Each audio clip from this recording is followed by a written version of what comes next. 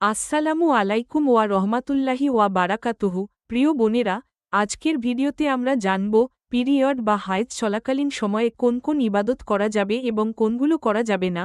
কুরআন ও সহিহ হাদিসের আলোকে অনেকের মনে দ্বিধা থাকে, তাই আজ আমরা দলিল সহ পরিষ্কার আলোচনা করব।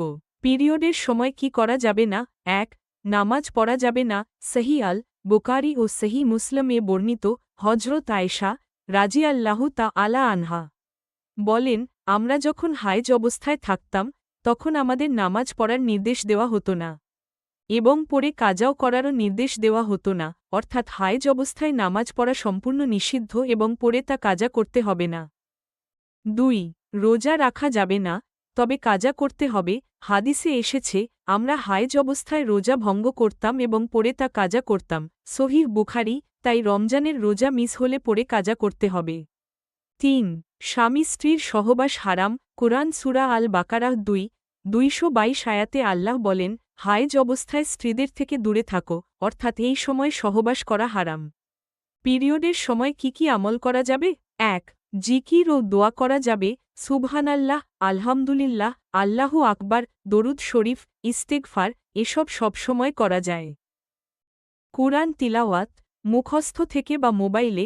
অনেক আলেমের মতে সরাসরি মুশহাফ স্পর্শ না করে মোবাইল বা মুখস্থ থেকে পড়া জায়েজ, বিশেষ করে শিক্ষা বা হিফজের ক্ষেত্রে অনেক ফকিহ অনুমতি দিয়েছেন। ইসলামিক বই পড়া, তাফসির, হাদিস, ইসলামিক জ্ঞান অর্জন এসব সম্পূর্ণ জায়েজ। দোয়া কবুলের সময়গুলো কাজে লাগানো, তাহাজ্জুদের সময় দোয়া, ইফতারের সময় দোয়া, জুমার বিশেষ সময়, এই সময়গুলোতে বেশি বেশি দোয়া করা যায়। সদকা করা, সদকা, ভালো কাজ, মানুষের উপকার সবই সওয়াবের কাজ। গুরুত্বপূর্ণ একটি হাদিস সহি আল বুখারীতে রাসূলুল্লাহ বলেছেন, মুমিনের নিয়ত অনুযায়ী সওয়াব দেওয়া হয়। তাই যদি কেউ নিয়মিত নামাজ পড়তেন কিন্তু হায়েজের কারণে পড়তে না পারেন, আল্লাহ নিয়তের সওয়াব দেন ইনশাআল্লাহ। পিরিয়ড কোনো গুনাহ নয়, এটি আল্লাহর সৃষ্টি করা স্বাভাবিক প্রক্রিয়া। এই সময় নামাজ ও রোজা বন্ধ থাকবে, কিন্তু জিকির, দোয়া, ইসলামিক জ্ঞান অর্জন সব খোলা থাকবে।